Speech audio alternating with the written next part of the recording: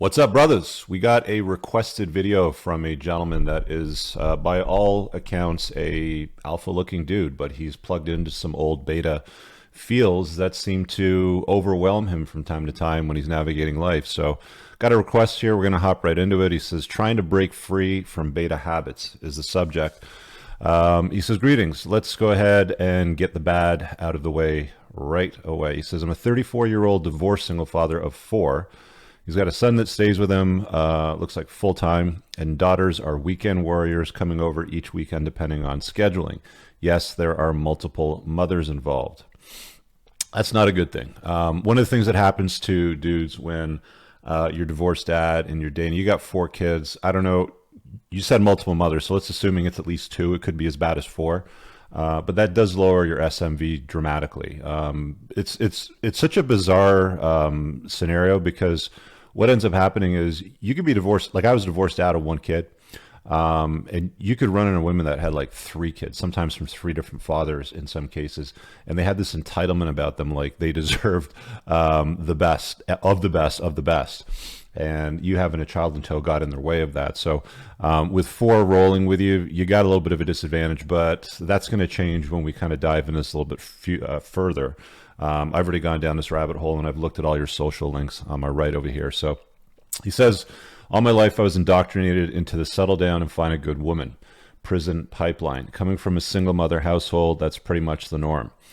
Because of this, I spent the majority of my young life being the nice guy, being overly polite, taking their thoughts and feelings into consideration, and generally flaunting beta energy in hopes that it would net me a date. It rarely ever did. Instead, I spent my teenage years either working on my car or playing video games. It wasn't until my time in the Air Force that I blossomed. For once, I had freedom, a stable paycheck, and a level of respect that service brings. But since I was never the cool kid, I let it all go to my head and went on a pump and dump spree that carried me well into my mid to late 20s. It's one of the reasons my marriage and relationships ended so badly. I just didn't value women and cheated a lot." I'm going to come back to this value women comment here because this is expressive of your beliefs that you put women first, you bend the knee. So I'm going to deal with that more towards the end once I get to your questions here. Let me just scroll down here and we'll stop there. So fast forward to 30s, and now I'm extremely successful in my own right. I own several businesses. I have a fairly large social media following, very nice supercar collection, and I'd like to say that I'm in pretty good shape. All verified. I'm going to say he's definitely in the top 20% of all men as far as income, looks. He signals masculine virtues. He's got a V-taper, broad shoulders, narrow waist. He's obviously jacked. He makes bank. He's got good social influence. I'm looking here at your social feed, and it's full, dude. Like you've got pictures with, like this is what a high value man signals. You got pictures here with Dan Bilzerian, trips to Caribbean, and it's not like it's a photo op. Like you kind of jumped in. It's like, hey, here I am with this guy. It's like you actually know him. Like you can tell by the post that you are who you say you are. You got lots of social proof in there. You got women admiring you in some of the pictures. So definitely top shelf. I would concur with what he's saying here. So he's in pretty good shape. As I'm sure you know, success brings women, not always top tier mates. He finds himself keeping a rotation of sixes because that's easy, with an 8 or 9 tossed in there, here or there, and a few of them tagged in some of my social media posts. That's going to happen. Like if you were to rate yourself an 8 out of 10, let's say, and you're dating sixes, or you've got sixes that you've got dating or rotation or maybe friends with benefits, that's pretty normal because hypergamy dictates women always want to date across the socioeconomic scale and up. So they always want to be with a guy of greater value than them. So, you know, you throw a couple of 8s and 9s in there, they're going to be a little bit more work, obviously, you know, kind of the way that you've described it. I always tell guys that a pleasant 6 or a 7 is far better than a CUNTY, you know, 8 or a 9. Trust me, all day long. So let's carry on. He goes, "Even though the sex is extremely easy and at this level, I have just about every materialistic possession I could ever want, I'm still conflicted. I still find myself wanting a relationship, a long-term relationship at that." So, the beta upbringing tends to rear its ugly head whenever I'm with somebody that's an 8 or better. Instead of attempting to seal the deal, I spend too much time getting to know them as a person. This leads to either being put into the beta boyfriend category or they become overly attached within days. Okay, these are kind of two different things, because when a woman becomes overly attached, she definitely sees you as her best possible option that quickly. But at the same time, you're also saying that you fall into the beta boyfriend category, which means that they don't particularly see you as the highest value option. And if they put you into the beta boyfriend category, that's usually, you may not be interpreting the term the same way that I would. So to put that in perspective, when somebody says like the beta boyfriend, it's like they turn into the plow horse. Betatization through 1,000 concessions. You know, he's being made to go to do things that he doesn't like to do, like, you know, going to Woofstock and putting on fuzzy coats on little fluffy white doggies, or going to the art gallery that he's not particularly interested in. You'd rather go dirt biking or shooting guns or something. That's what I view as that. So those two things, in my view, contradict. But let's go to your three questions. So you say, how do I constantly keep frame and not allow myself to fall into the relationship trap? Bizarre that you say that, because you find yourself wanting a relationship, right?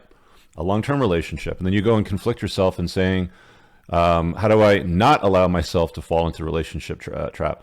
Well, the first step here, dude, is to get clear on what you want, right? If you want to spin plates, and that's what you want to do into perpetuity, or maybe for the time being, or have a few friends with benefits, fine, cool. But why do you keep talking about a long-term relationship? But then the first question you ask is, not allowing myself to fall into the relationship trap. What do you want? Get super clear on that. I get that spinning plates or dealing with multiple women can be a hassle. It can be a big time drain on a man's time, especially if he's chasing excellence. He's putting his dent in the universe, as you clearly are over here. But, you know, if you see value in one of them, for example, that might be the cream that rises to the top, and you've decided that she might be a compliment to your life, that's a different game entirely. Like, dating multiple women, having friends with benefits, spinning plates, all that sort of stuff is a totally different rhythm game to long-term relationship game. There's different kinds of long-term relationships. You can be monogamous, non-monogamous, whatever, but dealing with a woman on a long-term basis and on an exclusive basis has substantial drawbacks. And a lot of people would argue the payoff is not high enough, or it's quite low. There was a study done not too long ago, and I did a video on it earlier on this spring, but to kind of sum it up without me digging for it, they followed a number of couples for about, I think it was 8.4 years or something like that. It was around the 8-year mark, and they wanted to see how many of them were living in a state of love, and, you know, different versions of that. So, you know, we know if we take a group of 100 couples, about 50% of them will break up within about 7 or 8 years. Divorce rates reflect that. Long-term relationships don't particularly last that long. So that's it. About half of them are done. So there's 50 gone out the door, right? So we're taking 100 people, 50 are done. Then you take the next 50, and then you have to determine, well, these people are still together. How many of them are actually in love? And when they collected all the data, it was only 13%. So 13 people out of 100 after 8 years declared that they still had romantic love for one another. It was only 3%, so 3 out of 100, that said that they operated in a state of, I think it was obsession was the term that they used. So, like, you know, also known as bliss, you know, for one another. So your chances of being in a successful long-term relationship, in love with somebody that complements your life and all that sort of stuff, is pretty low. Even as a high-value guy, you still have a pretty low success rate. 13% is not particularly high. Or if you're looking for bliss, you know, you're talking 3%. That's even lower. So you got to understand what it is that you're walking into. And then the other thing that you got to understand is to manage that on a high level, meaning you've got a good relationship. She's a compliment to your life. She's in your frame. You know, you deal with as few shit tests as possible and all that sort of stuff. That's actually more work than spinning plates, believe it or not. Dealing with an LTR is more work than dealing with women on a short-term basis. The other disadvantage of that too is if you go the monogamous route, is it's, you know, you're with the same chick basically for the 8 years, so there's no variety in your life. So to kind of touch back on this other point that you made up over here, I just didn't value women and cheated a lot. I don't know if you see it, bro, but I'm gonna point it out to you because this is what I do. This is totally sitting in your blind spot. You're saying that you didn't value women because you were out with other women. Okay. The truth of the matter is guys have been able to run harems of women throughout history. High value men throughout history have run harems of women. And I'm not talking like 3 or 4 of them. I'm talking hundreds. Okay. High value guys today, like the Jeff Bezoses of the world and Elon Musk and stuff like that, they don't. You know, they're busy being billionaires, running businesses and stuff like that. And they don't run harems of women that I'm aware of. In fact, Bezos left his wife for a single mommy, you know, the Dirty Sanchez. Elon Musk, I think he's been married like 3 times, twice to the same woman. And he's got like 5 kids or something like that. One was with that mod chick that he just knocked up recently and gave the kid a weird name, AE12-17 or whatever the hell it was. But guys throughout history that were high value, they would run harems of women, and we're talking like hundreds of them. They would sire, you know, hundreds of children with them, but they would all be under their care. Women will share a high value alpha. They'd prefer that than to be straddled with a faithful loser all day long. Throughout history, there's lots of evidence of that. Look up Ishmael the Bloodthirsty. He was a Moroccan. I think he sired close to 1,000 kids. So when you say I just didn't value women and cheated, that's not congruent with reality. That's congruent with beta programming. You need to stop believing this to be true because it's not. You can very, very easily be in a marriage, be in a long-term relationship with one chick. I've talked to lots of guys on coaching consults that have been married for 20 years, have 5 kids, they travel, they have loads of money, very, very successful businesses, and they run harem game. Their wives just look the other way. This has happened throughout history because they're happy to take care of the family, the household. He brings home the bacon, she cooks it up. If he needs to do things outside of the relationship or the marriage, she looks the other way. That's what women do when they're with a high value guy. So I wouldn't beat yourself up on that too much, brother. Unplug from that lie. That is definitely beta conditioning. So let's move on. So your first question was how to keep frame, not allowing myself. First thing to deal with there is get clear on what it is that you're looking for. If you're just looking to spin plates, stick to that. Don't go into any LTRs. If you're looking for a high value woman, and when I say high value, like there's just women, right? There's good women and there's bad women, but at the end of the day, there's some better ones, right? So if there's a better one that enters your frame as you're kind of going about your day and you want to consider an LTR with them, make sure you do it on your terms. There's a lot of things that you need to consider. My entire talk on the Rule Zero Live event, if you were there, was on this topic. I'm probably going to put some more material out on this in the future, probably in the form of a course with what's involved, but get on my email list. It's pinned in the top comment. It's just the entrepreneursincars.com/red-flags. So there's that. So keeping frame is pretty easy if you just handle it this way. Ask yourself one of 3 questions. There's guys in my inner community that know me very, very well. I've had lots of private Zoom conversations with them and webinars and all that sort of stuff. And one of the litmus tests that they often use is what would Rich do, you know, in this scenario. The other thing that you can do is just ask yourself, is me doing this having them enter my frame, or am I entering their frame?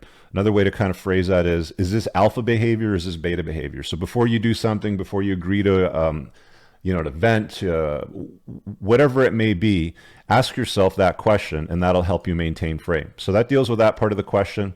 You need to get clear on what it is that you're looking for because you've got conflict there. So do that. Number 2, I keep a healthy rotation, but I still find myself caring too much about their well-being. Is that bad?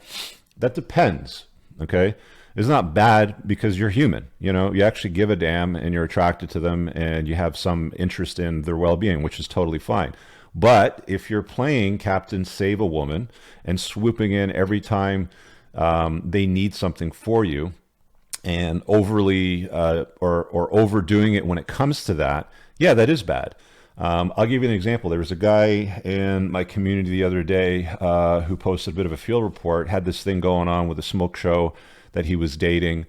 Hadn't seen her for about 4 or 5 months. She calls him up out of the blue at like midnight, and he's thinking, all right, you know, haven't talked to her in ages. I see her number on the phone. She wants something from me. It's probably booty, but she called because somebody had attempted to break into her house. The cops were there taking the report, and she felt very uneasy. He was in a industry, you know, without giving away, that's kind of tied into law enforcement. Let's just say that. So he swoops in and plays Captain Save Woman. Coddles her, comforts her, spends the night with her. She forces him to sleep on the couch. There's some distance that's implied there, but if the police are already there and a chick were to call me and say, I'm very scared, somebody tried to break in my house, the cops are taking the report, I don't know what to do, Rich, I feel more comfortable, and whatever, like the standard stuff, I'd be like, well, the cops are there, I'm sure they'll take care of it, good luck with that. It's too much when you swoop in to do something that the public service is already dealing with. She's not inviting you over for booty call. She's inviting you over to be, the beta tampon that, she can cry on the shoulder. So, is that bad? Yeah. So you have to make sure that caring about their well-being is limited to the status that they're in. Friends with benefits, plate status, it's very limited, right? You have a perimeter that you draw around your life. You have the inner circle of 5 people you spend the most time with, which would include your 5 best friends, maybe a woman if you want to invite her into the inner circle, but that's on an LTR basis. If they're not LTR basis, they're on the outside of the perimeter, and you don't give as much of a damn. Okay? It's just the reality of it. You're a busy man, you got stuff going on, they should know that that boundary exists. Let's move on to number 3. Because honestly, guys, women behave the exact same way. All right. So, I'm going to get criticized. Oh, you're cold hearted, blah, blah, blah. No, women behave the exact same way. So take it for what it is. Number 3, with my current social and economic status, should I focus more on top tier? That depends what you want, dude. Again, do you want a LTR or do you want to spin plates? Honestly, with what I'm looking at over here, so without giving it away on the Instagram, there's a picture of you playing an instrument with an audience of bikini clad women. If you're dating women that look like that on a regular basis, you're good. Okay. I don't know what they are like as far as, their personalities in their lives, single moms, like all kinds of BPD, disaster, train wreck kind of in tow. But women that look like that, if that's what you're dating, stick to that. You're doing fine because that's what you're capable of pulling at the end of the day. You're a good-looking guy that has his crap together. You look like you're relatively tall. I mean, you're taller than Bilzerian. I think he's about 5'8" or 5'9" or something like that. So you look like a tall guy. You've got the V-taper. You got the Bucks Deluxe. You got the supercar collection. You got the businesses. Why would you reduce yourself to something that's a waste of your time or that you're not worthy? I would absolutely limit yourself to dating higher tier women, but at the same time, they're going to have some reservations because you're a single dad of 4 with kids in tow from different mothers. So you're going to have some limiting operating scope. Maybe that's why you're dealing with 6s to 8s. So yeah, that's it really. I mean, it sounds like you're getting tired of spinning plates, if I'm being honest, and you're looking for somebody that's a compliment to your life because you maybe see other guys that have that value in their lives. Just understand that what you're walking into requires some setting up. It's one of the reasons why I'm actually thinking about putting all this material together, because I literally have about 4 hours of material that I had to distill into a 1-hour talk, but I can expand it into about 6 hours at least, dealing with all the components that you need to basically resign in an LTR or a marriage or having kids if that's what you want. I'm vehemently opposed to living in a way the state views as a marriage, but there's certain things that you can do to limit the risk and have a better experience as a guy. I've covered a lot of that at altitude on this broadcast. I'm already close to the 20-minute mark, so I don't want to chew up too much time. But if you want to do some one-on-one coaching, you'd be a good candidate. You're the kind of guy that I work with on a regular basis. Pinned in the top comment, there's a link to book me. If you're in my men's community, you get a discount there. It's a pretty substantial discount, so consider some of that. If you guys want to book a request like this guy sent, that's also down there. I'll put a card pop out up over there. Thanks for watching. Leave a comment for this guy. Smash the like button. Comment down below. Let him know what you think if you have some feedback beyond what I've given. We'll see you guys in the next video. Peace.